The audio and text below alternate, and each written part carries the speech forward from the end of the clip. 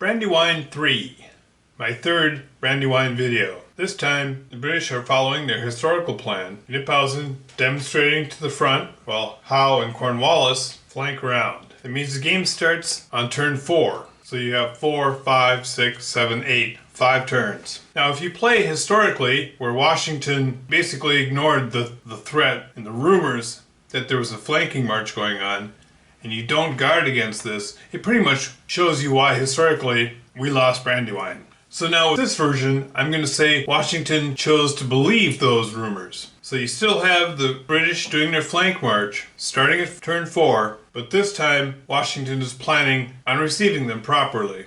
Let's see how this plays out. One comment on the setup here. I have Knox's artillery set up right here, covering this whole open area.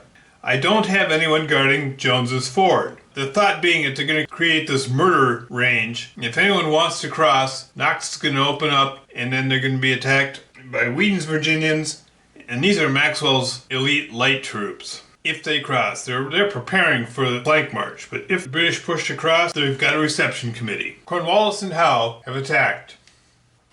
Alright, the British troops have pushed back. The very elitist British troops have managed to push back but not destroy Greene's men. It's a fighting withdrawal. In the woods here, Muhlenberg's troops have destroyed the Hessians, the hated Hessians, and driven back the remaining troops. Another one of my promotional pieces I switched out with one of the historical pieces is Bagans of the Shire. Yes, the hobbits are represented, fighting for king and country, dying in a distant land, unfortunately for them.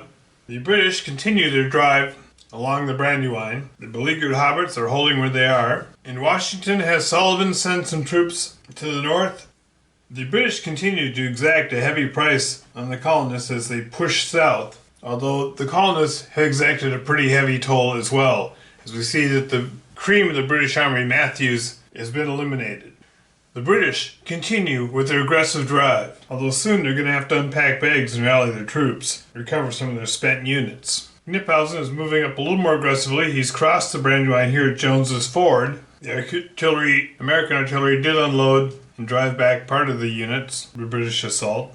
Dramatic events in the north. The British cavalry drove off the Continental cavalry. The hobbits were able to eliminate or to push back Muhlenberg's Virginians. In the center, Wheaton's Virginians finished off the Grenadiers. British losses have been very heavy, unacceptably heavy. Now in turn 7 here, we see what could be the end of the American cavalry. Wheaton's Virginians were about to get sandwiched in the woods here, but Greene was able to pull them out in time, and with the help of Maxwell's lights, who were attacking one of the flankers. Here, as Kniphausen pushed across the Scotsmen for easy kills, we find that the Americans have, in desperation, Sullivan has organized a flank attack. Let's see how this plays out. Pulaski is able to get his cavalry out of issue.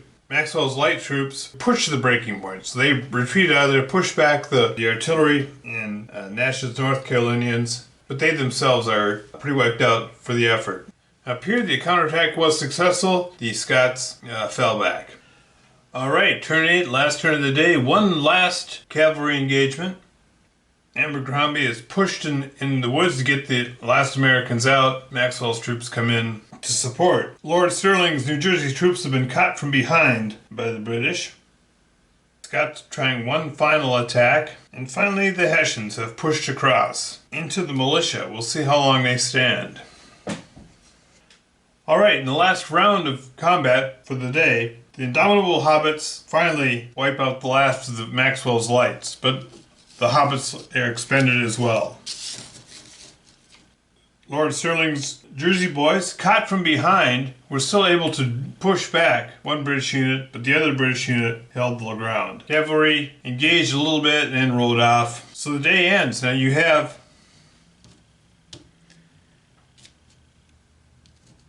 3 American casualties and 6 British casualties, 2 of which the British lost Matthew and the Grenadiers, and these were troops the British could not afford to lose. This has been very costly. I call this an American victory.